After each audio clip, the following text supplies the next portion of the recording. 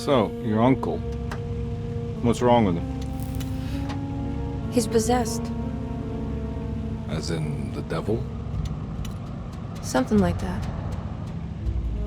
He says a dark man is following him, watching him at all times. What do you make of it? It's nonsense, of course, but I'd be lying if I said it didn't bother me. You see, it runs in my family. Possession? No, Detective. Deteriorating melancholy. Practically every member of the Hartwood family is driven mad before they grow old.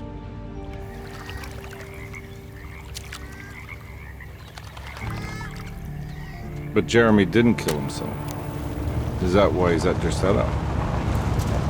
Despite being convinced that he is truly possessed, he decided to put his last chips on Dr. Gray and his psychoanalysis, figuring he might stumble upon some cure.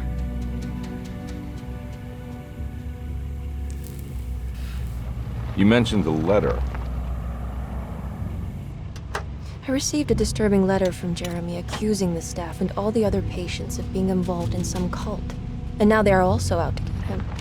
Could it be real? Or is it all just in his head? It's a story he tells himself, Mr. Carnby. Anything to avoid the truth. Which is? That we're all terribly insignificant. That people mean so very little to one another. That there is no one out to get Jeremy Hartwood because he isn't worth getting. Here we are.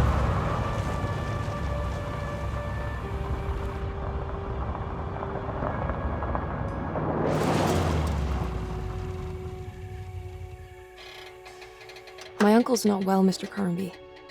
I want to make sure he's all right. Then what's my part in this? You couldn't get a cab? I just wouldn't feel safe going alone.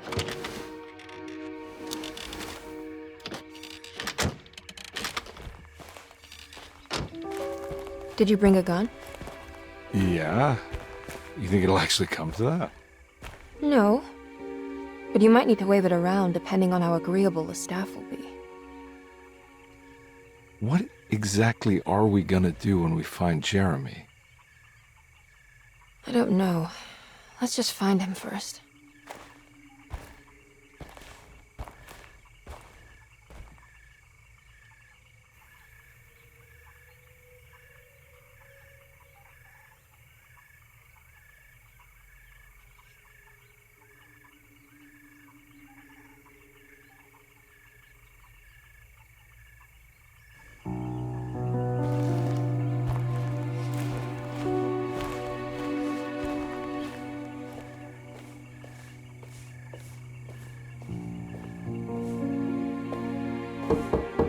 Hello? Hello? Looks abandoned. It can't be. There has to be someone around. Wait here. I'll go around back.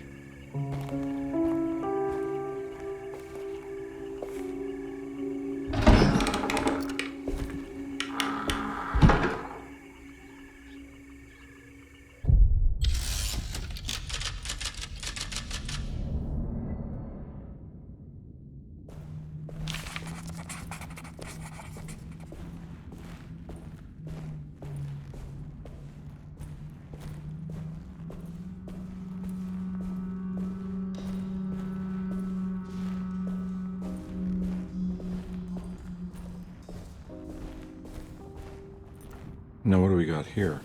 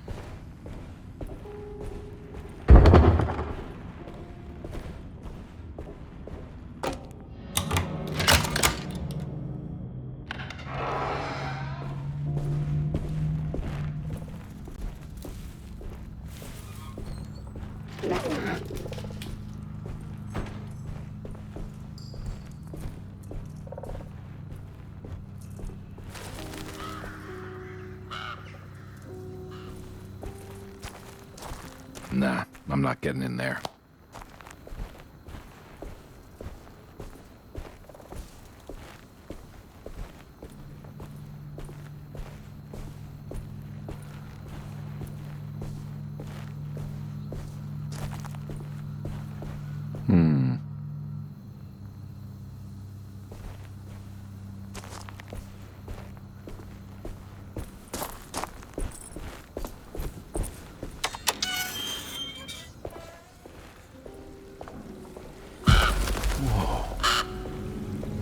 That's one big tree to fit inside a conservatory.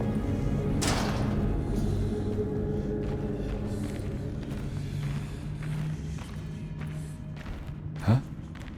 What?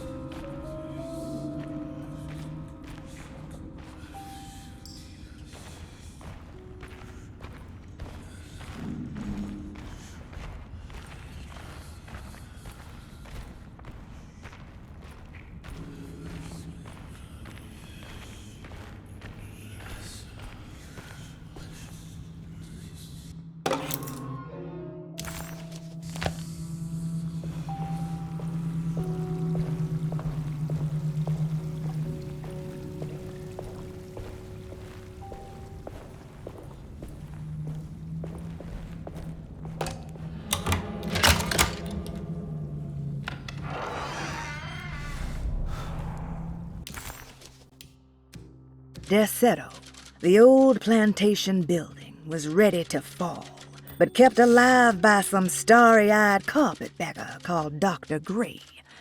Seeing how the staff couldn't even be bothered with answering the door, Detective Comby figured they would just head inside and grab Jeremy. He just needed to open the front door for Emily first, so she could talk to her uncle.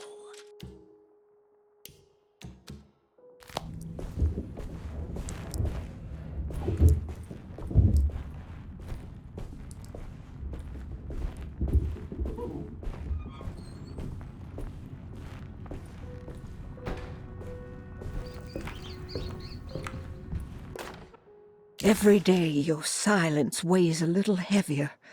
It's been a difficult year for everyone, and many have lost all hope. I read in the papers about people suffering.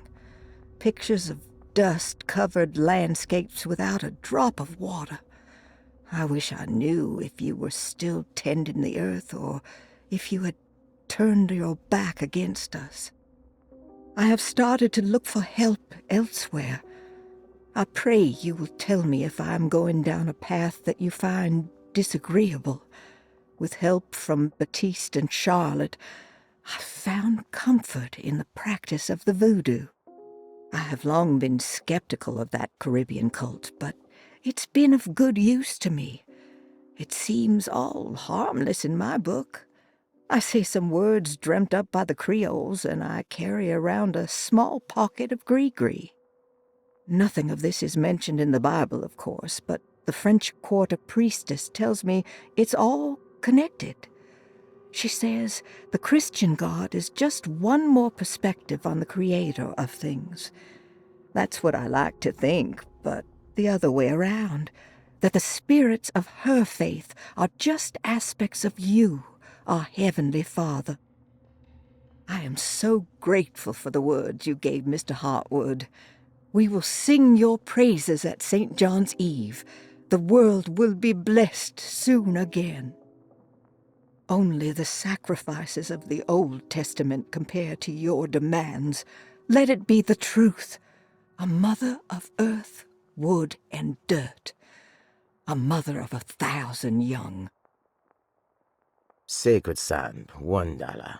Black cat oil, $1.50. Devil shoestrings, a quarter. That makes $2.75, madame. What was that you were telling the doctor? A goat without horns. What does that mean? You must have misheard me, madame. I said no such thing. Please, I know I don't look like any of you, but I'm devout. I'm ready to do what it takes. Do not be so eager to sacrifice the few things you have left, madam. Now please, leave my store. A goat without horns.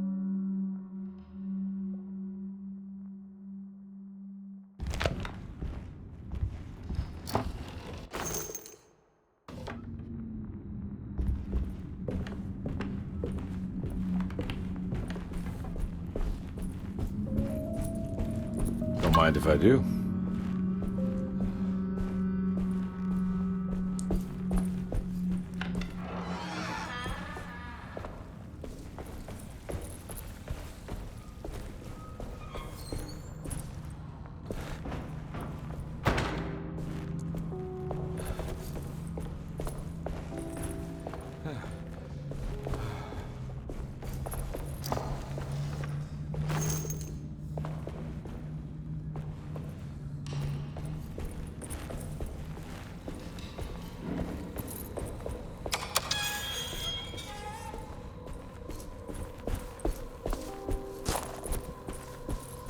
Nah, I'm not getting in there.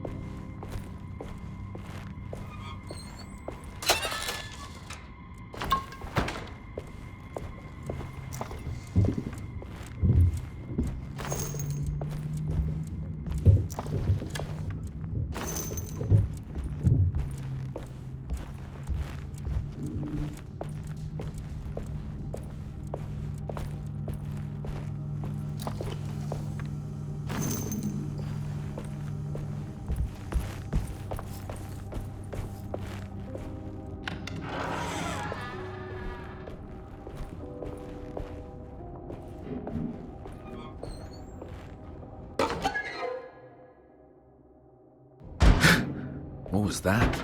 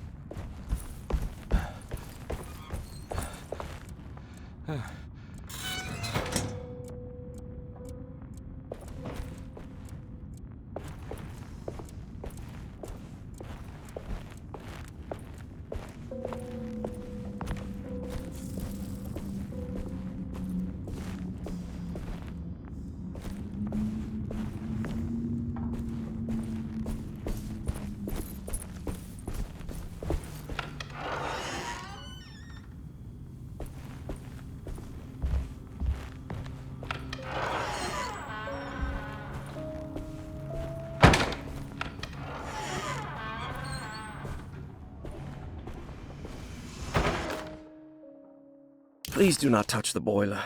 It is working after all. While the sabotage has caused a leak, only the decorative plate has been completely ruined. Let's wait for Mr. Chance to turn up and he can take a look at the leak. Mr. Waits.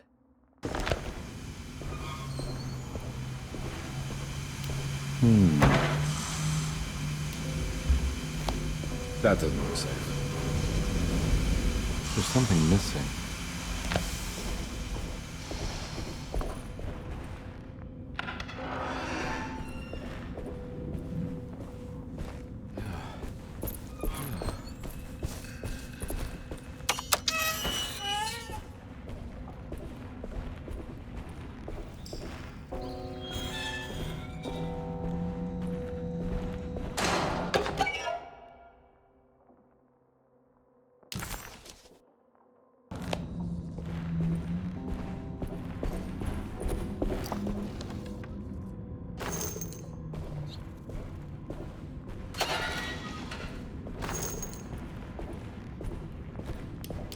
need the key.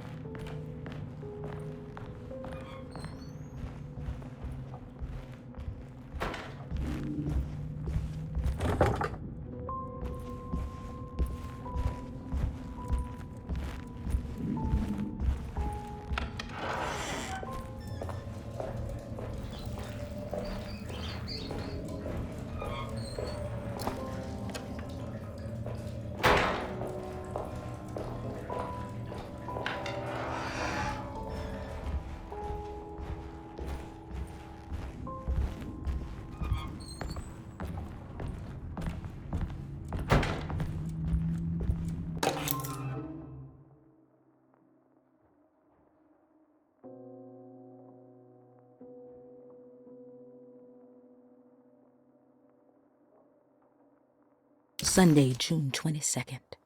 I spent all day looking for Jeremy.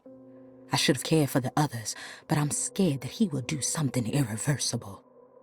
Cassandra is upset that I didn't give her the latest shipment of pain medication that Waits brought from the post office yesterday. I would have given it to her, but the company didn't send a new key this time around, so the box is just sitting there on my desk. They must have figured we had plenty of their gimmicky keys by now. I only remember seeing one lately. Grace was playing with it inside the grand parlor. Unless it turns up by itself, it will have to wait. I have to figure out where Jeremy is. I think Jack knew something.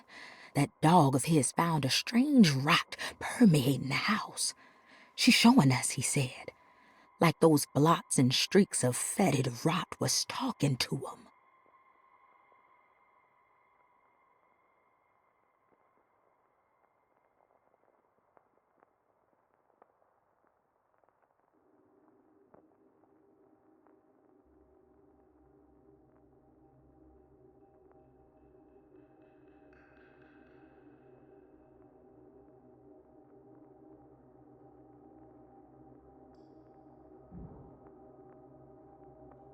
Sunday, June 22nd. I spent all day looking for Jeremy.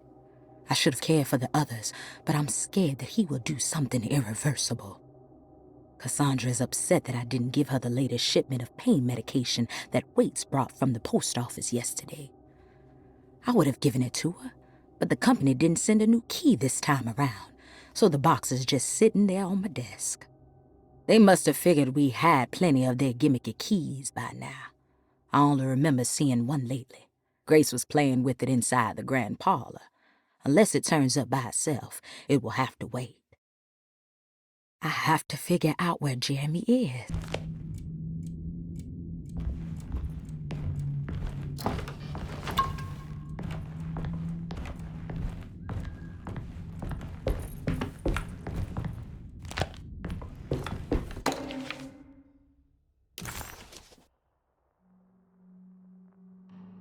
Hey.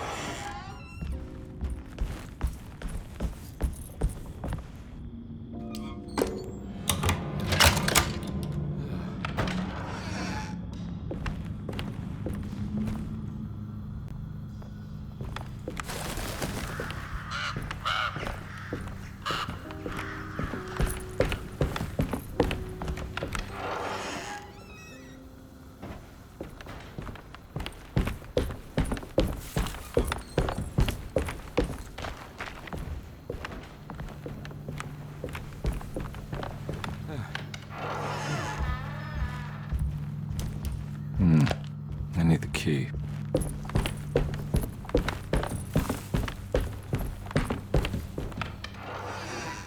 Oh. I need the key.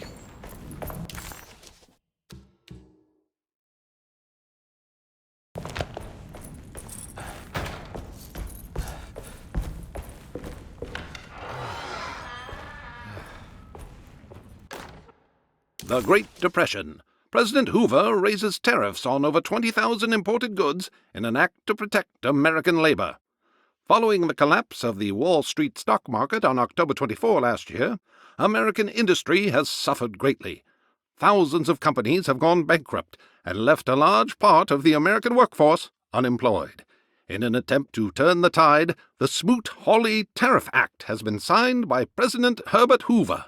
By regulating commerce with foreign countries, the government hopes to encourage the industries of the United States to compete with cheap foreign imports.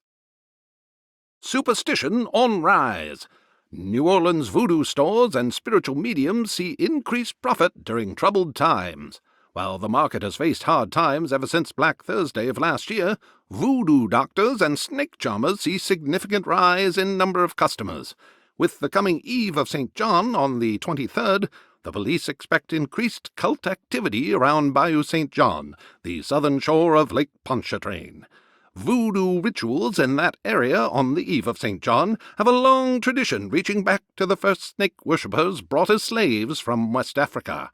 During the 19th century, its practice was popularized by the legendary Marie Laveau and has since been embraced by many of the Creoles and the surviving aristocracy of the French Quarter.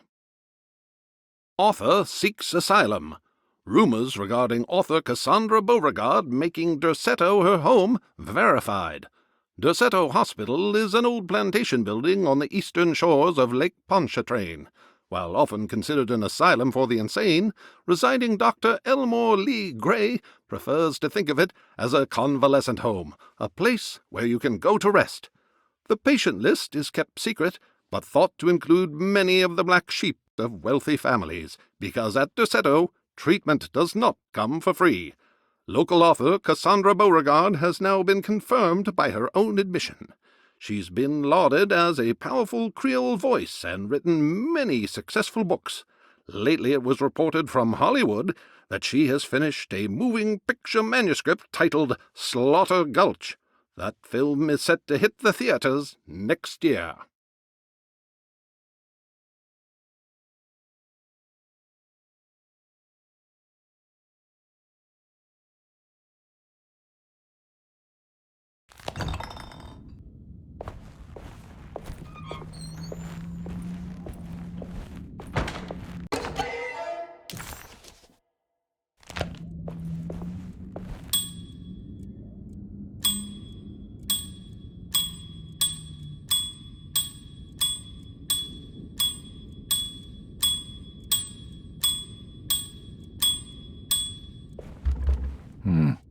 I need the key.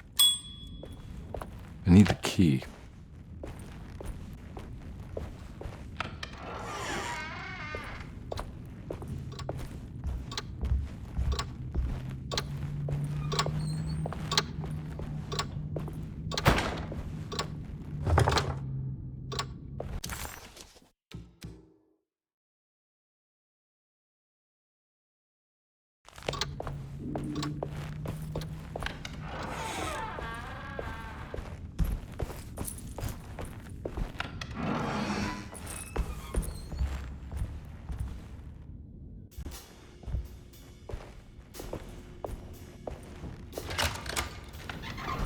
Thanks.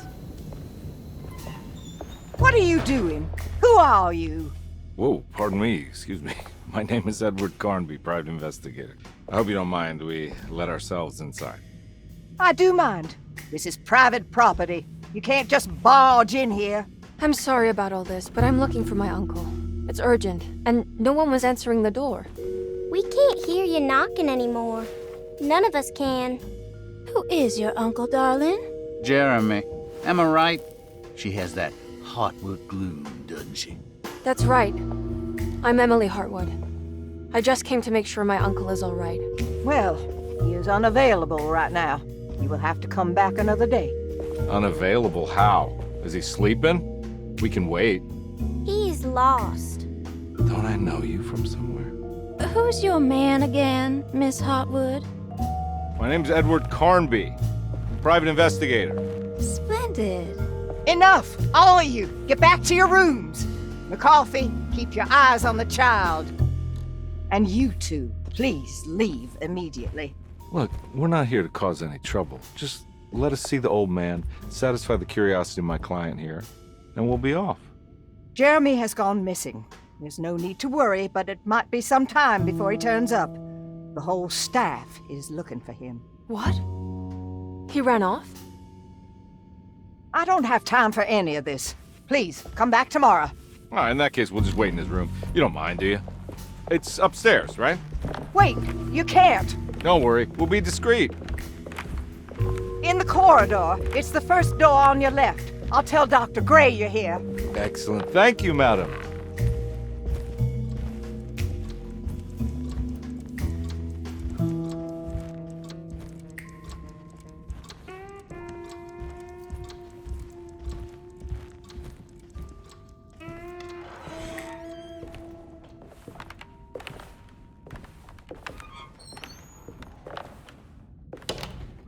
All right, here we are.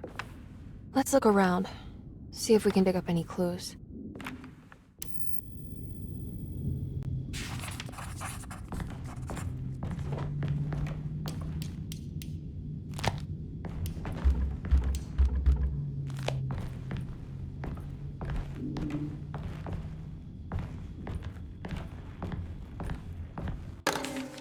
Every night the dark man stands opaque at the threshold of my room, counting the days until my spirit spills out of my tired shape.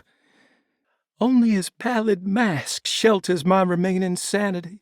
Staring directly into the face of that demonic sultan would surely sunder time itself. Would he have looked the same to my father as he struggled for his life? Does his veiled face haunt my niece quite the same way? I wish so that I could rest my soul in that sunburnt convent of Tarawea. Would I find you there, Juan? Or Senora Perosi, back from the beyond? Every night I hide from him, moving from one misshapen memory to another. Scenes conjured out of fantasy and delirium. Places I struggle to even paint. I wish I understood your death, Senora.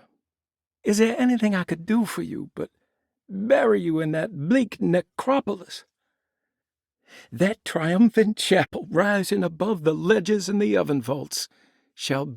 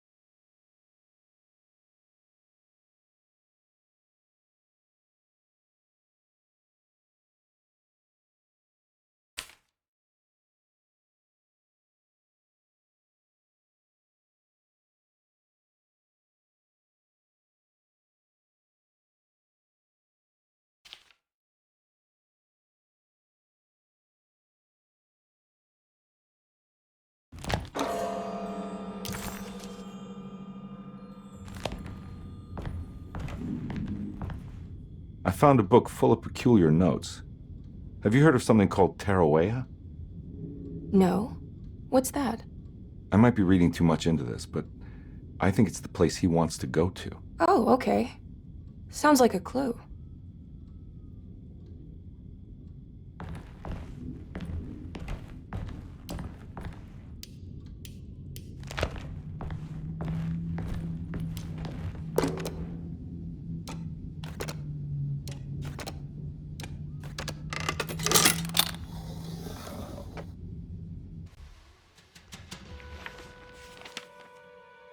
Hey, you know anything about this? Looks like some sort of talisman. No, I don't. Oh, help me out here, will you?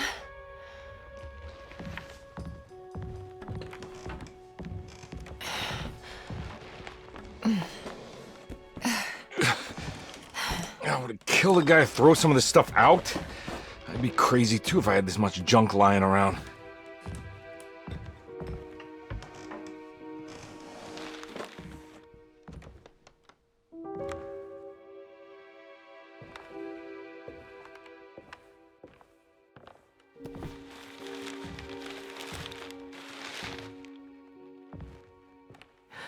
Oh, wow. That's striking. I want to save this one.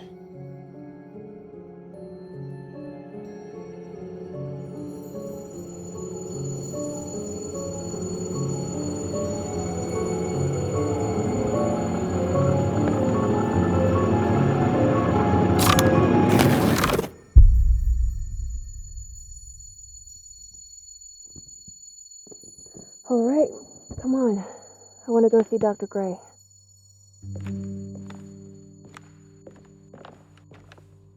Come on, let's go. Yeah, I'm coming.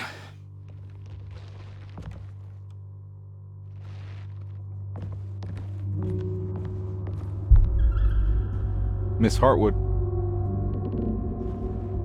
Emily?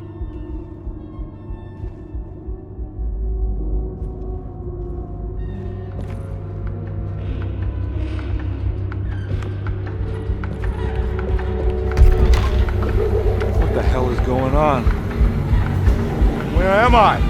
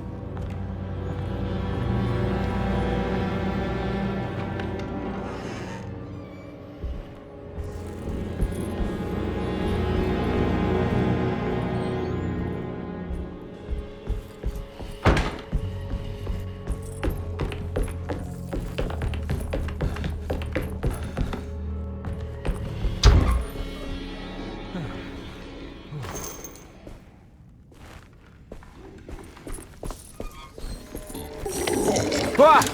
Yeah.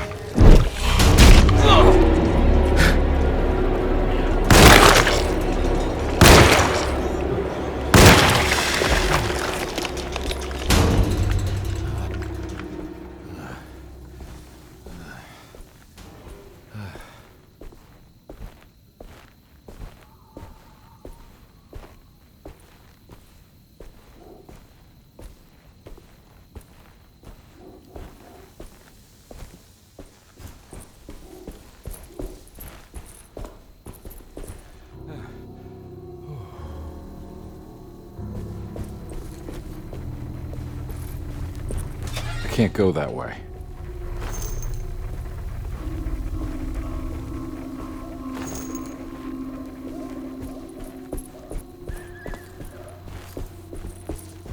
What the hell is going on?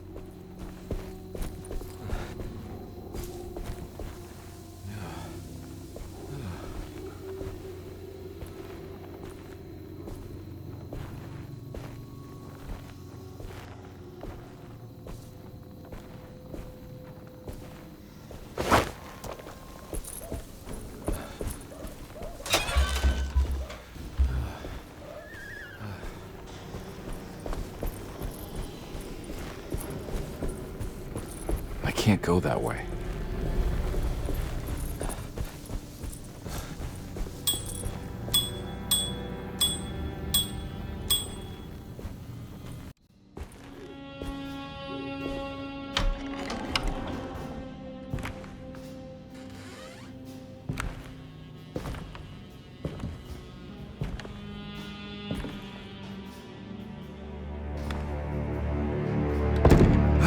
Don't let them get inside, compare. They're not the good kind. Is this your store? There are no owners here. We both strangers in Jeremy's story. Jeremy did this. How? The pact with the Dog Man. Jeremy warned us, but we didn't think much of it. I'm Detective Edward Carnby. I was hired by Jeremy's niece to find him. Oh, yeah? How much she paying you? $150. She's sure getting her money's worth tonight. Are you a thinking man, compare? No, not if I can help it. You know, I think Jeremy's hiding in a way we can't find him. He has this juju necklace that guides him. The talisman? That's right.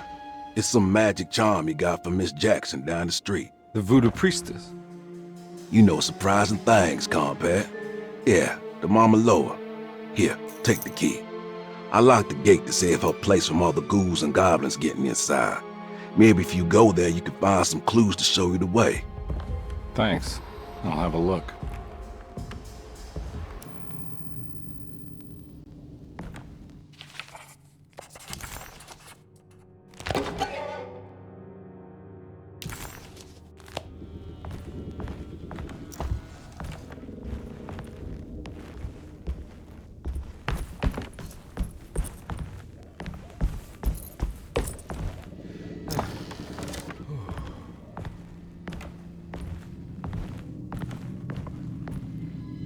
You want to come along? Nah, I'm gonna stay here for a while.